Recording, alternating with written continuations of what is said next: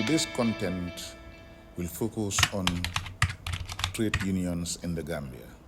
Now, do you even hear about them making headlines?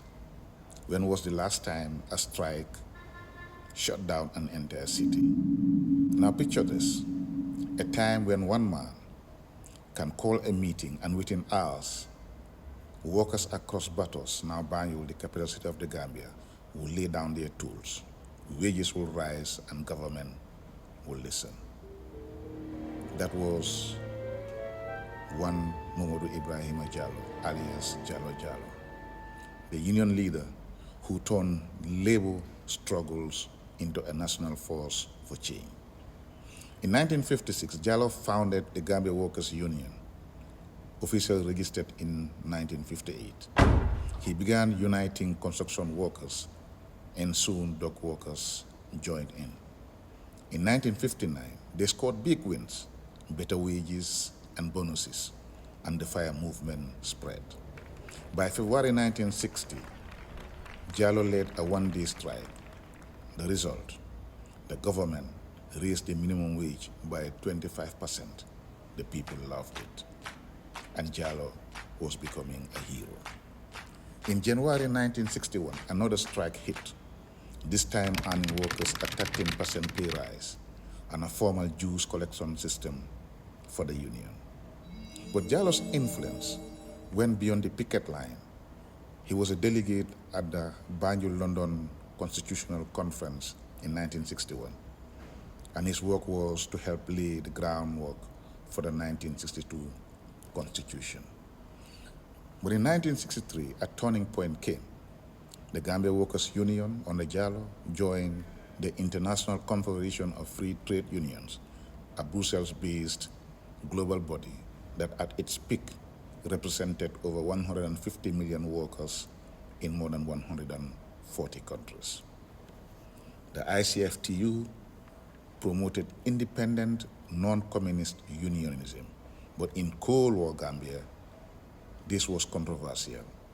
Many saw the affiliation as aligning the Gambia Workers Union to Western politics, and so it caused a split in the labor movement. It alienated members and weakened unity. Jallow soon took up a regional post in Lagos between 1964 and 1965, pulling him away from the ground struggles. He also joined the United Party of Persar Njai. He opposed the Republic referendum and ran for office in 1966. The focus on politics and failed strikes in 1967 and 1970 made workers lose faith. The Gambia Workers Union, although tried to bounce back with strikes in 1975 and 1976, but the government had grown weary. Tougher strike laws were passed, and in January 1977, the Gambia Workers Union was deregistered for not filing financial reports, thus the ending of the militant chapter of Gambian Unionism. After a failed coup in 1981, Gambian Unionism seemed to fade. But in 1985, the Gambia Workers Confederation was formed, initially with Jallow at the helm. This new era was quieter, more institutional, far from the fairy days of 1960.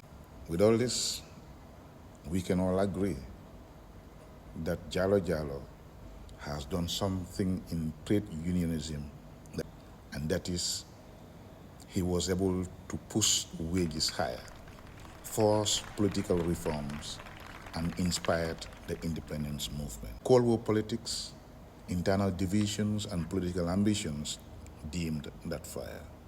Today, we can safely say that the spirit of his fight remains a powerful but unfinished chapter in Gambian history.